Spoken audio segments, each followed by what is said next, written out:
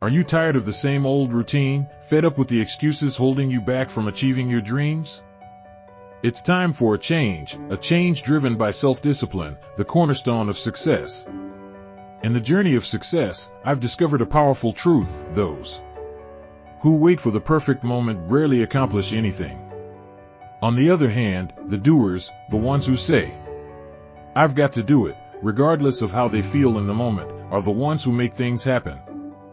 Self-discipline is the key that unlocks the door to success, allowing you to keep your life on track, fulfill commitments, and meet deadlines. Think about it, none of us can afford to let our lives be controlled by others or swayed by our emotions. I once learned there are two types of people: those who wait to feel the moment before taking action, and those who take action to create the moment. The latter is the path to success. It's about moving forward, creating the moment through disciplined action. This weekend, I challenge you to assess your life. Ask yourself, am I practicing self-discipline? Am I doing what needs to be done because it needs to be done, or am I waiting for the perfect moment? Remember this quote by Da Vinci: "One can have no smaller or greater mastery than mastery over oneself." It's a mantra for success. Let's play the game of life like Neo in The Matrix, realizing we have the power within to acquire skills, beliefs, and actions that lead to greatness. Life's purpose, to me, is about acquiring useful skills and using them to serve something greater than ourselves. Stop the comparison game. Instead, focus on becoming the best version of yourself. You deserve a seat at the big table with the achievers. But it starts with recognizing your own worth. To truly succeed, learn the language of success. Surround yourself with those who have fulfilled their dreams. Immerse yourself in the culture of achievement and become fluent in success. Imagine your deathbed scene, surrounded not just by family, but also by the unrealized dreams, untapped talents, and unused gifts given to you by life. What if they could speak, looking at you with eyes full of potential never realized? Don't let your dreams die with you. Act now, speak the language of success, and live a life of purpose and fulfillment. Named Mr. Miles Monroe, a profound origin speaker, once shared a powerful revelation about the wealthiest place on earth. It's not in the oil-rich deserts or the diamond mines, it's in the cemetery. Yes, the cemetery, where buried beneath the soil lie unfulfilled dreams, untapped talents, and unrealized potential. It's a haunting truth that prompts us to reflect on the words of Henry David Thoreau, who spoke of reaching death only to realize that one has never truly lived.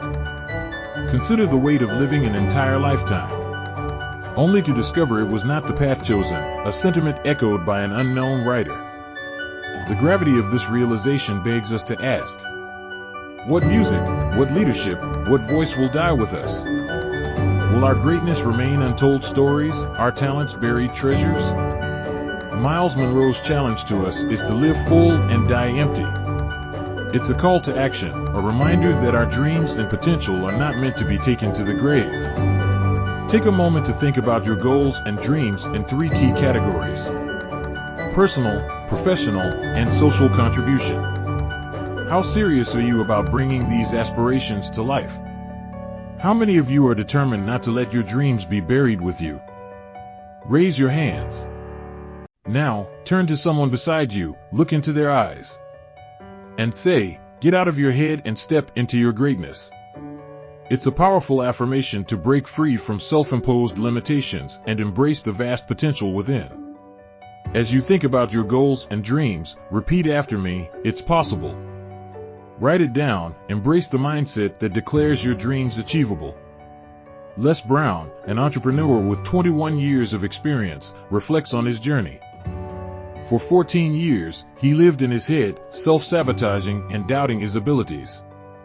He witnessed great speakers like Zig Ziglar and Tony Robbins, but questioned himself, asking how he could achieve such greatness.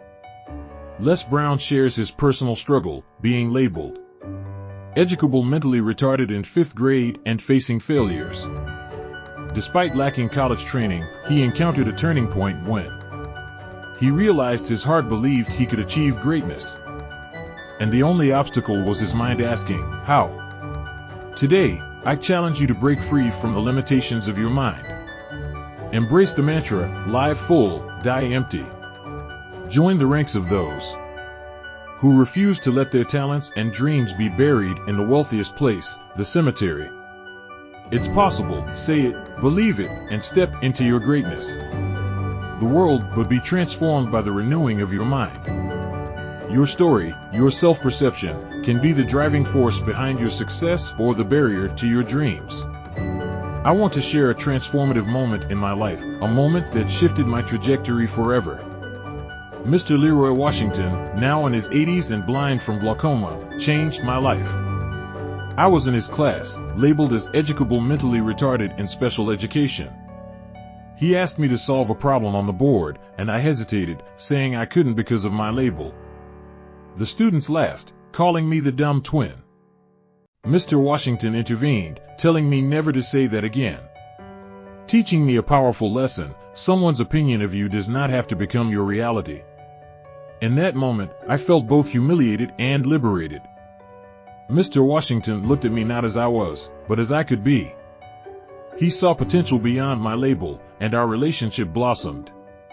I share this story to emphasize a universal truth. If anyone, at any time, can live their dream, then it's possible for me and for you. But I made a mistake. I let my mind ask, how? I dwelled in my limitations for 14 years, a period I can't reclaim. I've made it my mission to help others overcome procrastination and self-doubt.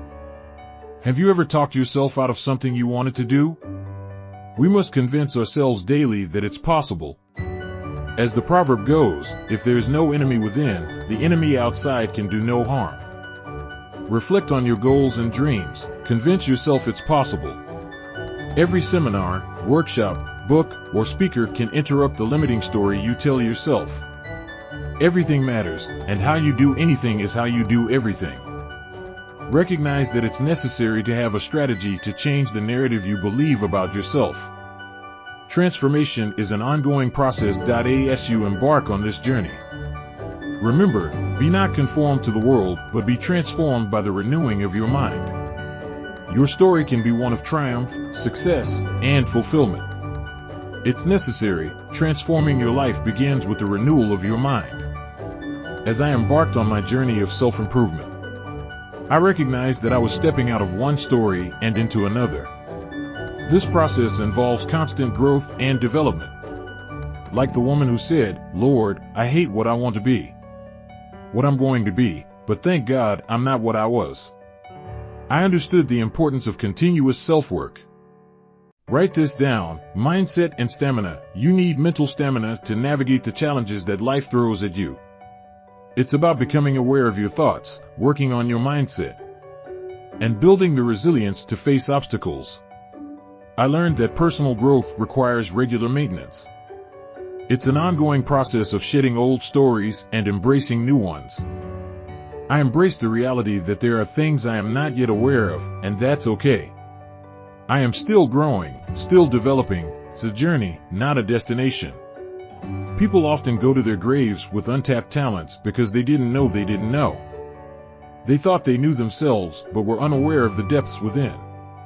Sometimes, others can lead you to places within yourself that you couldn't reach alone. The fear of the unknown, fear of failure, can be paralyzing. I allowed my lack of a college education to make me feel inferior. But I realized that I was limiting myself by assuming the worst. You don't need to be great to get started, but you have to get started to be great. Repeat after me: leap and grow your wings on the way down. The 2% who live their dreams are risk takers. They embrace failure and mistakes because they understand that without risks, there is no growth. Life is short and unpredictable, so eat the dessert first, as Helen Keller wisely said. Become a risk taker, embrace the unknown, and remember that growth is a journey that starts with that first leap.